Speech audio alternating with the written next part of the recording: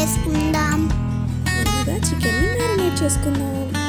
దానికోసం వాష్ చేసుకున్న చికెన్లో ఉప్పు, పసుపు, కారం, గరం మసాలా అండ్ చికెన్ మసాలా వేసుకుందాం. Also ginger garlic paste and biryani masala, పెరుగు, ఫ్రైడ్ ఆనియన్స్ వేసి 30 minutes పాటు మ్యారినేట్ చేసుకుందాం. కడాయిలో ఆయిల్ తీసుకొని ప్యారలల్గా ఫ్రైడ్ ఆనియన్స్ని చేసుకుంటున్నాను. ఇప్పుడు ఫ్రై చేసుకున్న ఆనియన్స్ అండ్ ఆ ఆయిల్ కూడా చికెన్లో యాడ్ చేసేద్దాం. రైస్ని ఒక 30 minutes సోక్ చేసుకుని కుక్ చేసుకున్నాను.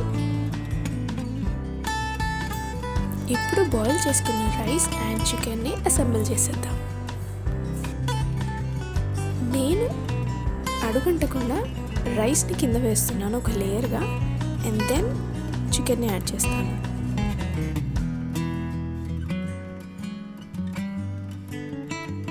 చికెన్ అండ్ రైస్ని అసెంబుల్ చేసేసి లాస్ట్లో కొత్తిమీరతో గార్నిష్.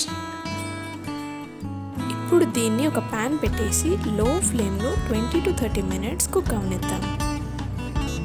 యమ్మీ యమ్మీ చికెన్ బిర్యానీ రెడీ అయిపోయింది.